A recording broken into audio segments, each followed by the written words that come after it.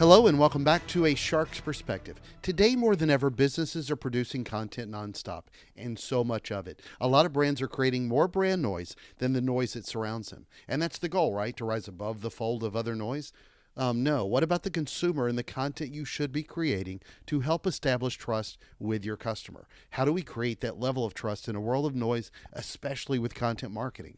Katie Martell is an on-demand marketer and communication strategist and a self-proclaimed unapologetic marketing truth-teller. And on this episode, we'll discuss building trust with content, noise, content shock, the ROI of content marketing, whether to outsource or insource your content efforts, knocking down silos, thought leadership, fast-pitch softball, Ben Affleck and Batman, Monique and Unique, and a lot more. So let's tune into an unapologetic truth-telling marketer with an unapologetic truth-telling shark on this episode of A Shark's Perspective.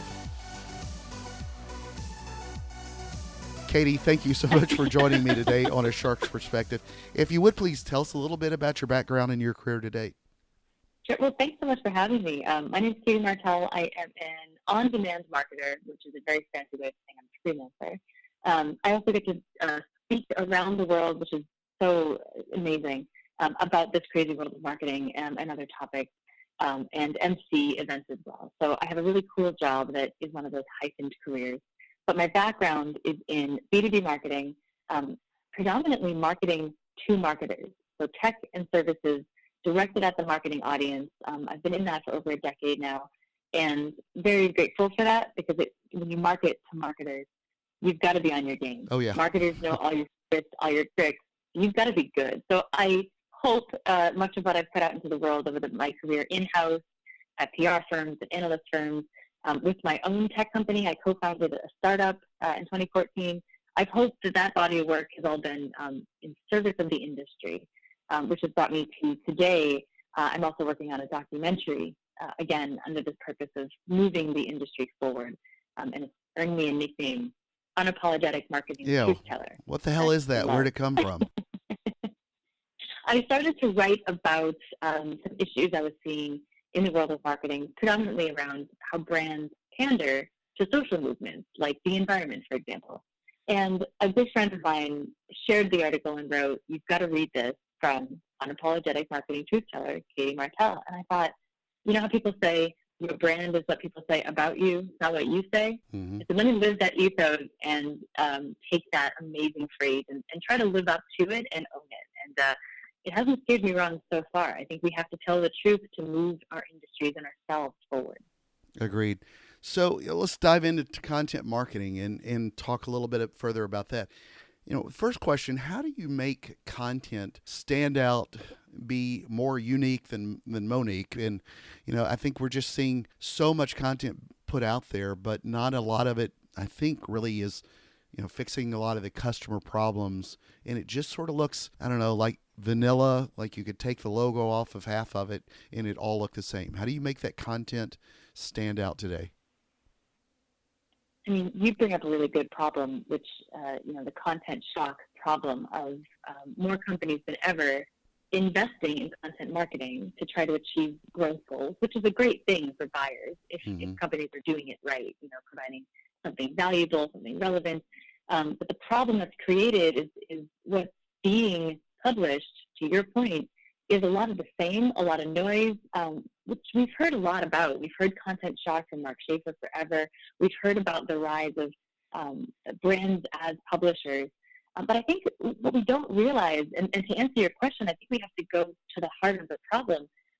If brands are creating noise for buyers and for the audiences that they're publishing to, what actually happens is what we're doing is lowering the amount of trust that buyers have. Because noise, think about when you are in like a really chaotic conversation, maybe with your partner or your spouse or whoever. Like earlier with me. You're all just yelling. Yeah. Well, we've all been there. You're yelling at each other. You're getting heated. The last thing that you're doing when you're in this mode of loud chaos is the last thing you're doing is listening. The last thing you are is trusting. And if you're a marketer, you need to have not only attention, which we're all fighting for and paying for, but you need trust. And so we talk about, it's noisy out there. But what that does is create a lack of trust in the people that we're trying to sell to and get to believe us be loyal to us, love our brand, want to choose us, part ways with their money for us. And so if you look at that as the problem, how do we create then trust in a world of noise?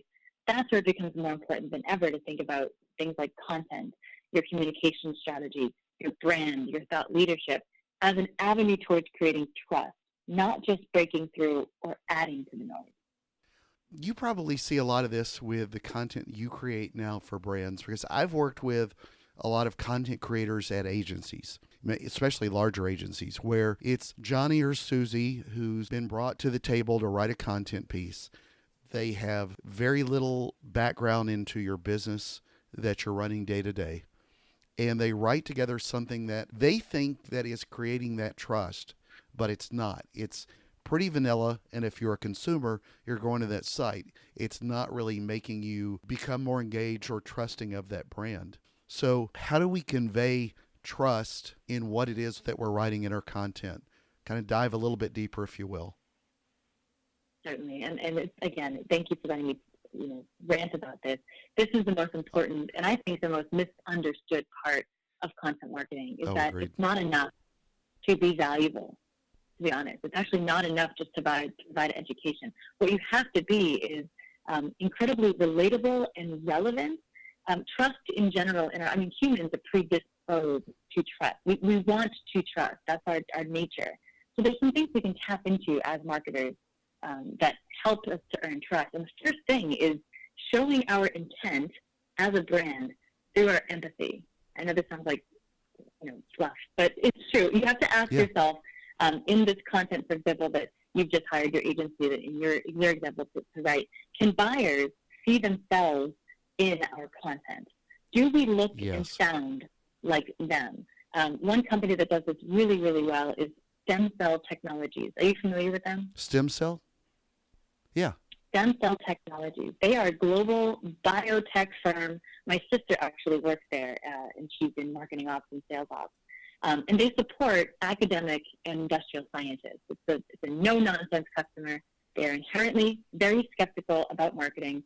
They dismiss anything that even hints at marketing fluff. And so this company has embraced an ethos as a business and in their content marketing that is scientists helping scientists, right? Again, back to this point of, can our buyers see themselves in our content? They embrace this. Most of the company has a PhD. Many others in the business, in marketing, sales, and R&D have advanced degrees, so that when they're creating content, what it does is it shows the buyer, not only do we understand you, but we are you. I mean, how many brands make that kind of commitment? To your point, how many people just outsource content to an agency and say, make us trustworthy to the buyer, right? This is real commitment. And the way that they bring it to life is they send these weekly science newsletters. They've got 20 of them free, going out every single week, aligned to the topics that scientists care about. They do all kinds of events, education, even podcasting, videos. They'll send posters by direct mail, all of the typical content tactics, but it's driven by this team of scientists helping scientists. And so it's inherently trusted by these very skeptical buyers. No, I could not agree more. And, when you said something about podcasts, I'll just add that I publish podcasts a lot, but I don't publish as part of some strategy to necessarily be out one time a week or 5 times a week. I publish when I've got good content that I know my audience will trust. I think too many people, especially the agencies that have conditioned a lot of these clients into doing this, they put out content on a regular schedule just to put out content, not that something that would benefit me, the consumer, that helps build in that trust. And if somebody published something once a month rather than 4 times a month, but that once a month delivers more value, I can use that and create 4 other content shares on social and break it down to drive back to that one pillar page. I still don't understand why so many people think that they need to put out content just to put out content, because to your point exactly, it's eroding trust, not bringing people back in. How do you look at then how your role because again, you're a consultant, freelancer doing this, or if you were an agency, how would somebody like that do better work with a PhD to provide the kind of trusted content that they can form? Because most of the time, the folks with the PhDs, even at a stem cell company, are not going to be the ones writing it. It's true, and I think that it would be dishonest of me as a consultant, as a guest on your podcast, to say you got to go hire a whole bunch of people in your customer base to become your marketers. Exactly. That's not realistic. But what I do think it points to is the need, and stem cells is a great example of just this is how one company has chosen to do it. So on one hand, the advice I'd give is do what works for you. To your point exactly, you don't have to publish every week if A, your buyers aren't, they don't have that kind of appetite, or B, you don't have the right resources to give it to them.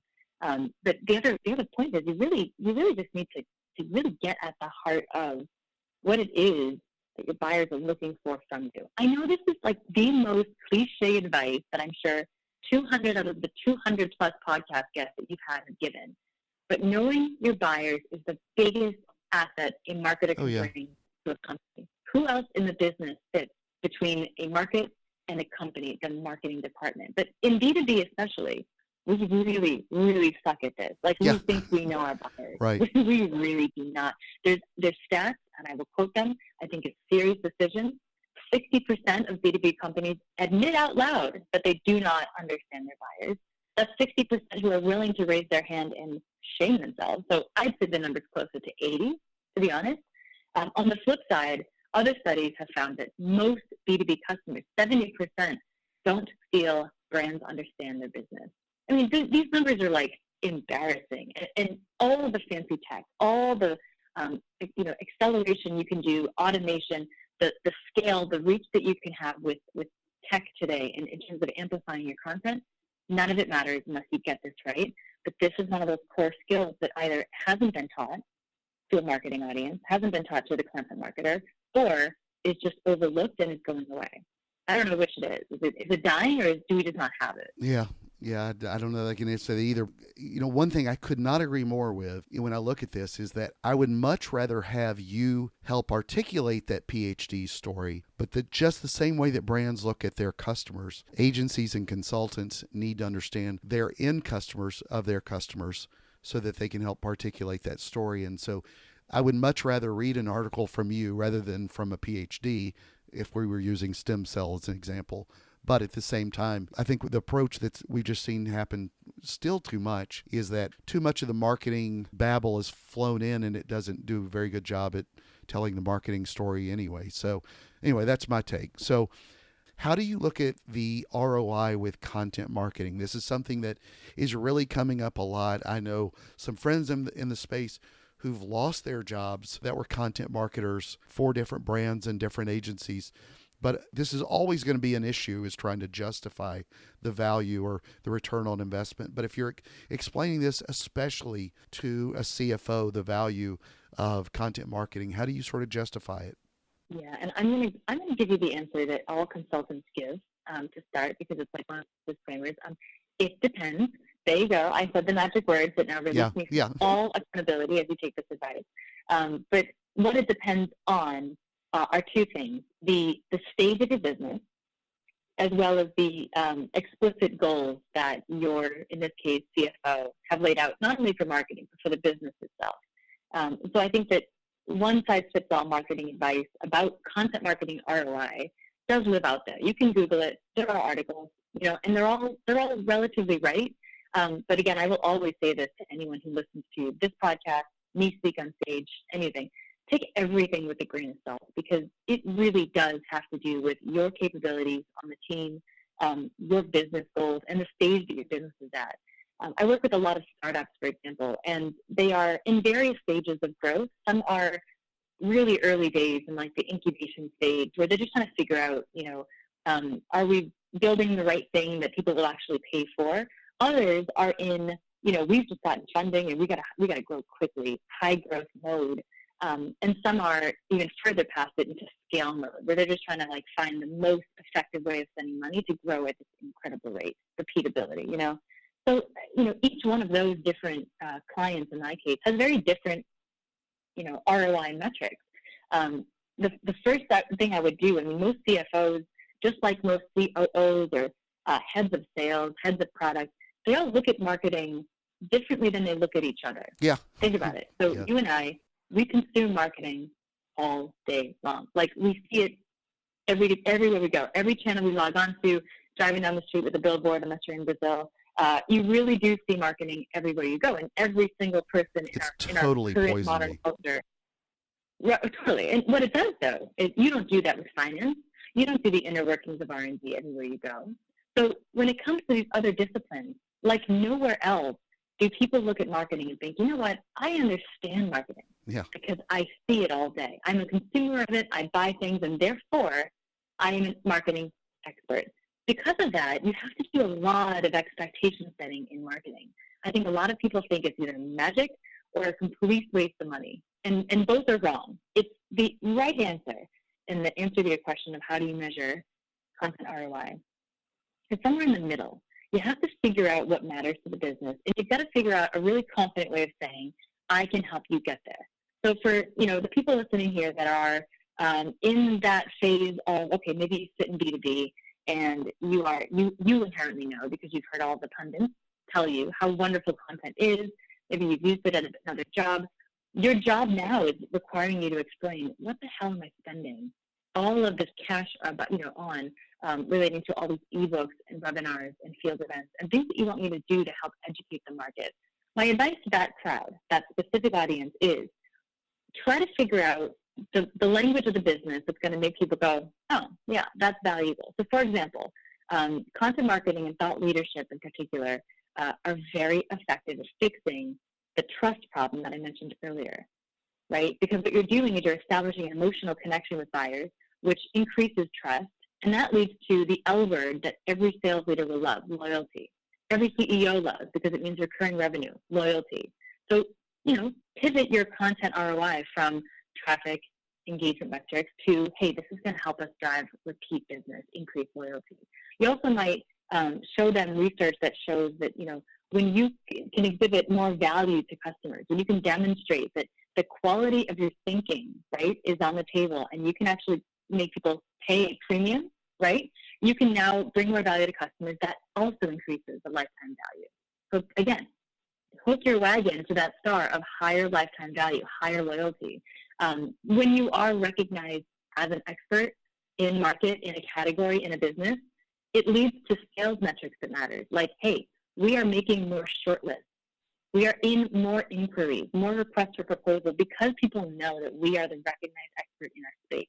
That's a metric that can directly be attributed to content marketing, but that affects the sales process and pipeline. You can also tell them, hey, if we're going to convince buyers that they are philosophically aligned with us, that we can get them thinking about the world the way that we see it, that's going to lead to a faster sales cycle because guess what? The sales criteria is now according to your worldview. So you're going to win more deals. You're going to actually increase the sales cycle. So there's a lot of these metrics that, we as marketing take for granted, differentiation. Well, so what? What that means for sales is if you have a differentiated brand and offer, that's a higher close rate. That's a higher price point that you can expect. These things matter to the rest of the business. We in marketing don't do a great job reaching across the aisle and really convincing them in their words what we're doing for the business. Yeah, I'll tell you what, too, what little bit I can add to that is I wish that more marketers would push their leadership to push back somewhat on the CFO, or not push back, to establish the guidelines ahead of time. I think sometimes that we go into this trying to figure out and justify it on the back end without knowing what our plan is ahead of time. And that's a much easier conversation with any C-suite if we know, what we're doing moving forward instead of looking back and trying to justify it. And I've just found that a lot with brands, that I wish people would start to have that conversation a little more fully than they've done in the past. But anyway, totally agree. Expectations matter. 100%. Exactly. If you have clear expectations, just like any other job role, you don't start if you're going to plan on keeping your job, you don't start a job without knowing exactly what that business expects of you. Exactly. Why in marketing do we walk into a door and assume that we know what they want from us? They may want something very different. It's our job as marketers to deliver growth, revenue, pipeline. So we just got to find a way of getting there and continually selling what we're doing for the business to the business at all times. We have two jobs, selling Yeah. the business and selling ourselves. Well, you've worked with a lot of startups. How do startups work differently with content? A lot of people just think that's all they're going to put out because they have no money to spend on paid media. But, what's the mentality that you've seen with your own marketing brain as you've worked with those to where you're doing that more with larger brands today? I think that startups have a dual challenge, right? They have a larger than life goal ahead of them. They've got to convince people to trust a new entity to market. Nobody knows who you are. They've also got to convince people to trust them, so not only pay attention to them, but trust them with money, with their B2B, with an incredibly important business procedure. But then they've got to do all that without much money and without much time. So it's like this double, you and I were talking earlier about the benefits of pressure and having a deadline. And it does make you more creative and resourceful. Yeah. So I do believe that startups are fun because you do your best work under pressure, right? But what it means is, there are two types of startups. One has a boatload of cash to go spend, and I will tell you like 2 or 3 brands right now that are good examples of this. The other type has no money. They're bootstrapping, or they've had a seed round, or there's just enough runway to get through the next 6 months. So you have to separate content marketing for these two types of startups because they look very different. I'll give you an example of companies that have a boatload of money upfront and can spend that money creating air cover through content marketing. They can build a category. They can establish themselves as thought leaders. They can publish ebooks, blogs, white papers, you name it. They've got money for it. Drift, here in Boston, conversational marketing. They've created an entire category from that. They've built great social amplification from all of their employees who are very active and sharing a ton of well done. I love the content that Drift is putting out. Yeah. Well done to them. They're doing that because of the success that their founders had from previous exits. They have more tolerance for risk. They have more money to spend on marketing, so they can afford to build a category through content. HubSpot did the same thing. They spent a lot of time, resources on building categories, even before the product itself kind of caught up to that vision. And it eventually did, and they were very successful because of that. One of our, again, another hometown Boston brand that has really put us in serious contention for, a hub in the city for tech. The problem is a lot of startups look at a Drift or a HubSpot and they think, well, that's content marketing for startups. It's not, unless you have money to spend on it. So most companies have to be really, really creative and resourceful with what they do. And this is where it comes in, where you really have to be willing to poke at what's wrong with the way things are done today. Some of the best content marketing at startups in the early days, if you have no money to spend, are the riskiest moves because you cannot afford to play it safe when you have no time, no money to do it. You've got to be clear about what I call exceptional truths.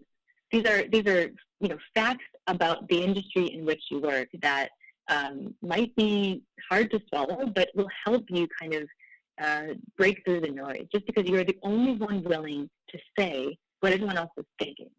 A good example of this is Linus Torvalds, the creator of Linux. Back in the day, I remember back in 2001, Steve Ballmer, who was the CEO of Microsoft at the time, said, oh, Linux is a cancer, right? Everyone was like, what is this guy talking about? Linus had a very clear point of view in the world, and he made it very well known. He used to say software is like sex. It's better when it's free. And he, of course, started this open source movement and all the ethos of Linux we all take for granted today. I mean, even Microsoft now, under the leadership of Satya Nadella, 15 years later after Steve Ballmer said it's a cancer, has fully embraced Linux. Microsoft loves Linux, right? So there's power in having a controversial point of view as a startup and then being consistent with that over time. Linux being a great example of what can take hold. You've got to be willing to just speak to what's wrong with the way things are done today and why does it matter for buyers. Another good example is VMware, Diane Green, right? She was as simple as saying, as a founder and CEO, saying, look, there's got to be a better way of utilizing CPU. There's got to be a better way to make use of the capacity at hand for our, she basically started the whole cloud computing movement with virtualization, right? Because she was willing to say, there has to be a better way. That's it. Because she said that, even in the early days of the business, people perked up, paid attention, and said, all right, I need a better way. You've convinced me there's a problem. What can you do to fix it? That's what a startup needs. That's what a startup at a cash-strapped company, that's what they should be thinking about when they're planning content marketing. Sure. Well, kind of diving back into an earlier subject, we were talking about the content creators themselves. And I know this is going to come somewhat with some bias because you are an outsourced creator, but why should someone outsource content? That's another argument that a lot of brands are going through today is what should they pull back in-house? It's a great question. I do think that many brands are asking, do we write content in-house or do we outsource it to someone else? There are risks and benefits to both. I think when a brand is deciding to outsource, it's because they don't have the resources internally to keep up with the demand. That's typically when someone like myself is brought in to say, either help us write or help us find somebody to write. Because our sales team needs stuff. We have all these great, byline opportunities. We have a bustling pipeline, a great marketing automation system. We need to feed the beast, right? So demand is typically what drives the decision to outsource. Where companies fall flat is they will then outsource to the lowest bidder rather than look for quality. I would rather you spend more money per word with the right writer or the right consultant and get less output, because it's going to be of higher value than I would getting more blog posts Right. at a cheaper cost per word. You're going to get what you pay for when it comes to outsourcing. Can I do a plug? Is that fair? Can I do a plug for a service that a great resource for finding subject matter expert writers for B2B? Yeah, sure. They're called N-Dash, NDASH.co. They're based here in Boston, and I used to run a group here in town called Boston Content. We were the largest. We still are. They are the largest content professional development group in New England. And they've actually inspired offshoots in Austin, Texas, and other parts of the country. It was a great movement. And N-Dash that's how I got introduced to these guys. And what they're building is a platform that you can go on and basically search by topic. Hey, IT security is a big hot topic of mine, endpoint security. I need somebody who gets that space. Again, don't forget, back to that stem cell research. People that understand, that can show the buyers they understand that world. I need someone to write XYZ about that. And so you can find them on this platform. You just pay them per piece, and it's a really fantastic way of getting beyond your four walls of the business. But make sure that you're looking for people that have not only domain expertise, if that's important to you. Say they don't. Say that you hire someone like a former journalist. That's okay. Just make sure they can ask your subject matter expertise the right questions. That's the key. You either hire an expert to write it who's got great writing chops, or you hire someone like a journalistic mind that can ask the right questions to get at the real story. Agreed. So what are some of the best ways not to silo your content marketing efforts? Because if you are outsourced or you're on a lot of different teams, I'm very much a big proponent of keeping messaging together and aligned, not a bunch of mixed messaging across 50 different channels delineated across 50 different teams for any decently large size brand, which is what we tend to do. We do. It's really, really easy to silo, especially in marketing with all the different tactics and all the different teams. I think for me, the biggest area of siloed work in companies is actually with PR and content marketing, which sounds kind of surprising. People don't realize that in most bigger firms, especially B2B or more traditional teams, departments that were built out years ago and haven't really evolved, the PR team responsible for things like thought leadership and influencer media relations, awards or speaking, events, sometimes social media, are sometimes completely separated from the content marketing team, which is really dangerous because really they have the same goals. Both have the same goals of elevating the right storylines, defining categories, creating priority for a brand in market, creating demand, building air cover for sales or getting funding, and increasing credibility. I mean, these are all, and you could say that was a list of goals for the PR team or a content marketing department. Typically, though, where the biggest gap is when the demand gen team might own content and the PR team and the comms team is either a different building in a different headquarters. It's kind of like a centralized marketing team or headquartered corporate marketing. My biggest recommendation for content pros and companies that are embracing both great modern PR and great content, break down that wall, bring those two teams together, allow what you're doing in content to be amplified by what you're doing in PR. When they work together, you have much more consistency of message, you have much more alignment internally, which brings more efficiency, and you've got this very bold and very clear vision where these two teams can work together and therefore be more effective as a whole. You amplify. Think about it as being the same message on every channel from one brand. That is a pipe dream for most distributed teams, but that is the reality of what our attention shop buyers need. They need consistency from you. So you've got to build that consistency internally.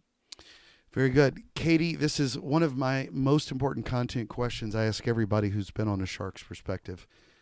What is your favorite kind of shark and why? I'll be honest, I don't know anything about sharks, but in preparation for this podcast, I Googled shark facts. Can I just give you one of those as an answer? I would love for it. Love for you to. I was shocked to find out that you're more likely to get hit by lightning than to be killed in a shark attack. You're more likely to get hit by a coconut from a palm tree than get killed by a shark. I had no idea. I feel safer now about going in the water. Yeah, apparently there's a lot of mean palm trees out there and lightning bolts I get, but yeah. So anyway, Katie, are you ready for the 5 most interesting and important questions that you're going to be asked today?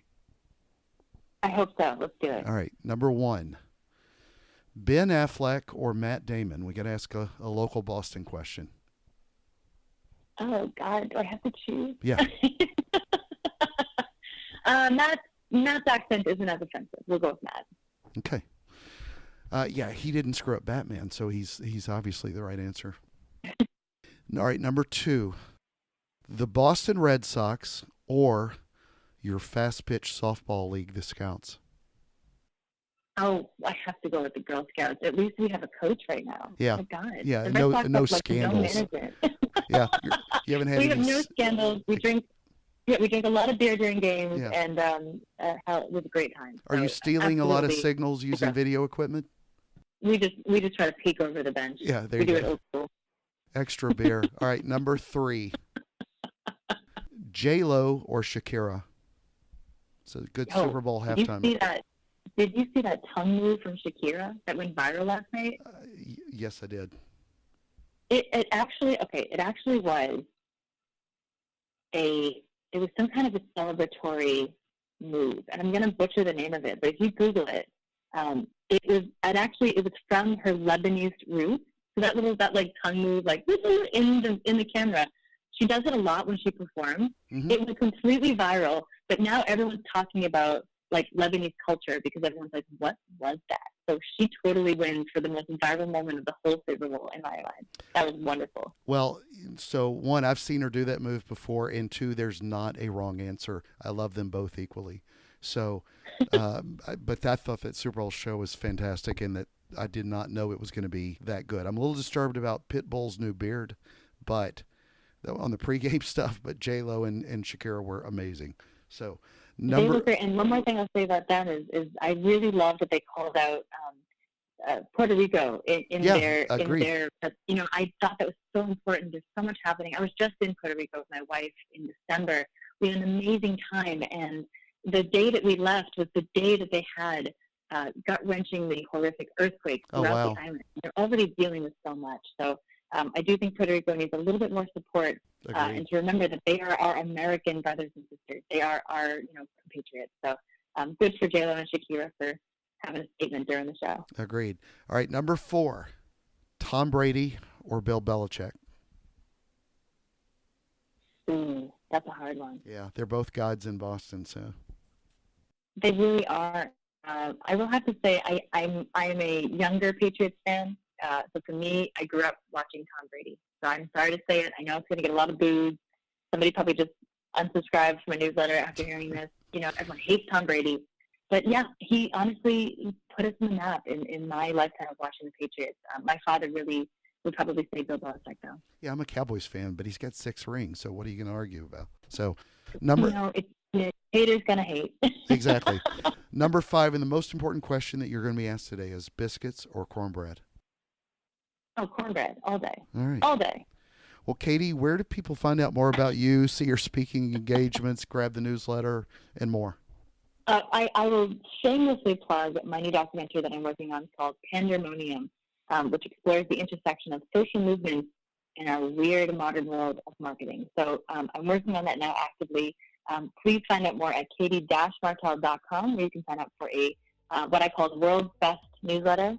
And I really, really would love if you were, part of this journey with me on this documentary. So thank you in advance to everyone who comes over and subscribes. And hey, thank you so much, Sharks. This was a lot of fun. More than welcome. Katie, thank you so much for being with us today on A Shark's Perspective.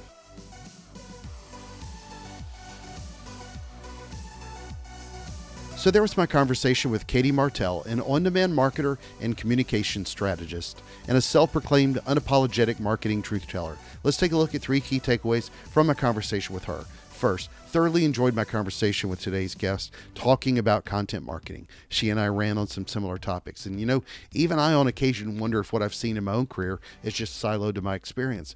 But I hear a lot of the same all the time from marketers all over the world. And I absolutely love her comment. And it's a question that all content creators should ask. And that is, how do we create trust in a world of noise? There is so much to unpack from that. As she said, it's not enough to be valuable. She brings up whether buyers can see themselves in our content. And how often are you putting out your content on an artificial calendar that you created or on a schedule when you know that there's an actual appetite for them to consume? And knowing your buyer, that being the biggest asset you have as a brand. Yet most brands, especially B2B, don't know that customer well. That is so very, very true. And I often see it in my own practice as well. Really love her commentary here again as we uncover some uncomfortable truths. Second, you hear me talk a lot on this show about attribution and measurement, and content marketers constantly struggle with this. Rarely do they properly plan out their KPIs with an emphasis on the word properly. Leaving it to chance, for lack of a better phrase, shouldn't be an option, especially as you engage leadership for input on their expectations.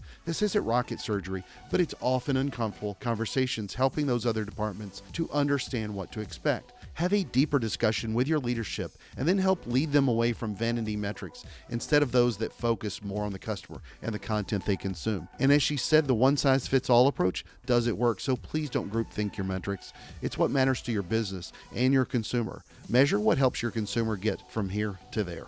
Third, every time I think that I'm complaining too much about silos based on my own experience, then another expert like Katie comes in and tells me the reality is that she's seeing the same thing every day. Knock down every silo you can, whether it's internal or external. Your customer doesn't care about the sausage making process behind the walls of your company. You'll make better content for the consumer without silos. Got a question? Send me an email to kenneth@asharksperspective.com.